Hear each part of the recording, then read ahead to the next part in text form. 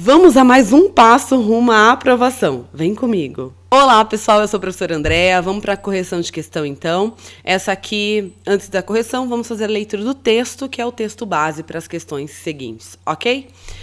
O texto está intitulado Michael Stivelman, e ele diz assim: empresário, 84 anos, é presidente do Banco Cédula, sobrevivente do Holocausto, escreveu os livros A Marca dos Genocídios e A Marcha. Já tem aqui o nome de uma pessoa, um ser humaninho, e temos aqui também... Ops, minha caneta foi. E temos aqui, né, quem ele é, qualificando aqui bonitinho, certo? Daí o texto começa assim: eu não só vi o Holocausto, eu o vivi. E já, gente, nesse primeiro período aqui, ó, nós temos que pensar primeira pessoa. Primeira pessoa, primeira pessoa, ó, primeira pessoa. Então, é um texto narrado em primeira pessoa. Isso já chama atenção, né? Então, vamos ver o que nos espera, que vem nesse texto em primeira pessoa. Eu não só vi o Holocausto, eu o vivi e sobrevivi para contar. Fui um dos poucos de uma família de 79 pessoas. Foi em julho de 1941 que os soldados alemães chegaram ao nosso povoado, Securene, que ficava na então Bessarábia, hoje território da Ucrânia. Não demorou a vir pelos alto-falantes a ordem para que todos os judeus se reunissem na manhã seguinte, na praça próxima ao cemitério judaico. Devíamos levar nossos pertences e mantimentos. Quem não obedecesse seria fuzilado. Começou ali nossa marcha de 1.500 quilômetros, que fizemos sujos, doentes e famintos. Marchar longas distâncias era uma das formas que os nazistas usavam para exterminar os judeus. Aprendemos a aceitar a morte de tão corriqueira. Forte, né? Como sobrevivi? Graças aos valentes do povo ucraniano, que correram riscos para salvar inocentes. Já em outubro daquele ano, na Ucrânia, minha mãe perdeu as forças em decorrência do tifo, uma doença comum durante a guerra. Conseguimos nos esconder numa vala. Com medo de que fôssemos descobertos, ela me pediu para abandoná-la.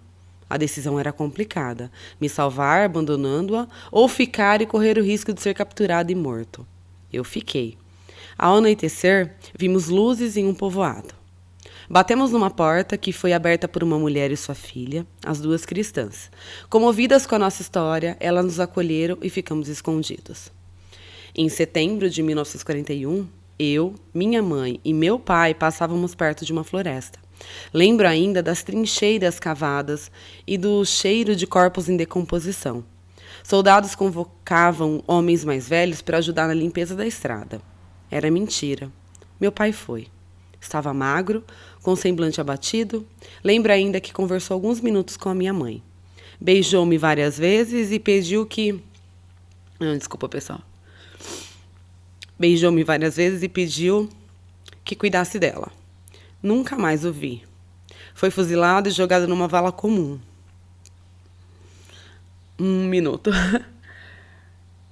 Em 1944, depois de o exército russo libertar os judeus, voltei ao lugar onde ele tinha morrido. Era primavera e tudo florescia na floresta, mas eu só me lembrava dos dias cinza de anos atrás. Disse então Kadish, a prece milenar dos órfãos e enlutados judeus com 3 anos de atraso. Mas este não é um depoimento só de tristeza. Hitler quis construir um império de 1000 anos. Não durou nem 15. Eu pude reconstruir minha vida no Brasil, essa terra abençoada. Minha história é prova de que é possível seguir em frente, mesmo que tenha lembranças tão terríveis como a do Holocausto. Como se faz isso? Vivendo um dia de cada vez, apoiando-se no amor que sentimos por nossa família. Não me esqueci do que passei, ainda tenho pesadelos. Mas isso não encerrou minha vida. Encontrei o amor, tive meus filhos e reencontrei a alegria. Vim para o Brasil com minha mãe quando eu tinha 20 anos. Parte de minha família já tinha se estabelecido no Recife e no Rio de Janeiro desde 1906. Escolhi o Rio. Quando cheguei, trabalhei como vendedor ambulante, batendo de porta em porta. Ainda me lembro da primeira venda, um cordão de ouro com uma medalha e um relógio. A dívida era registrada num cartão com a data da cobrança. Passei 50 anos sem falar no assunto. Hoje eu penso que tenho obrigação de divulgar as atrocidades cometidas pelos nazistas contra os judeus, ciganos e outros povos. Histórias como as que vivi são uma bandeira para lutarmos por um mundo que respeite as diferenças. Ai, me perdoem. É, eu sempre fico muito impactada quando eu leio relatos sobre a Segunda Guerra. Eu entendo que muitas coisas ruins ainda acontecem no mundo hoje, mas ainda está na minha lista de atrocidades, assim, mais assustadoras. O que aconteceu na Segunda Guerra. Então vamos lá. Vou me recompor aqui e vamos corrigir a questão.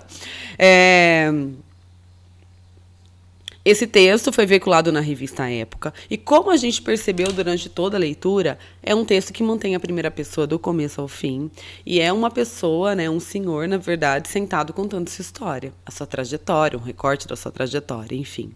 Então a gente vê que a primeira pessoa ela traz essa intimidade para o texto, né? É como se ele estivesse sentado aqui do meu lado me contando esse relato, ou do seu lado aí contando o relato para você, né? Isso já nos diz muito sobre o texto. Um texto em primeira pessoa que está contando uma história de vida pessoal, né? Então vamos ver a primeira questão, se ela vai envolver o gênero. Vem cá comigo. Olha só, a primeira questão, então, ela vai trabalhar. O texto acima representa o gênero textual denominado reportagem, resposta argumentativa, notícia, relato pessoal, entrevista. Pessoal, sem dúvida nenhuma, né? É um relato pessoal, a primeira pessoa nos garante isso, o que ele está contando também nos garante isso. Não é uma reportagem nem uma notícia, né? Que são gêneros do mundo jornalístico, porque você não tem ali uma narração de um acontecimento, né? Sendo feito por um repórter, trazendo depoimentos. Você tem o próprio depoimento, um relato mesmo, certo? Então não é. Resposta argumentativa a quê, né? Não estava sendo feito nenhum argumento. E também não é uma entrevista. Você poderia até pensar, mas será que ele não está respondendo isso a uma entrevista? Mas você não tem o formato de entrevista, pergunta-resposta, pergunta-resposta, ok? É um relato direto, do começo ao fim. Tudo bem? Então, essa aqui é uma questão de nível fácil, né? Dava pra gente ler, já entender, já vir aqui e partir para a próxima, que é o que nós vamos fazer agora. Vem comigo.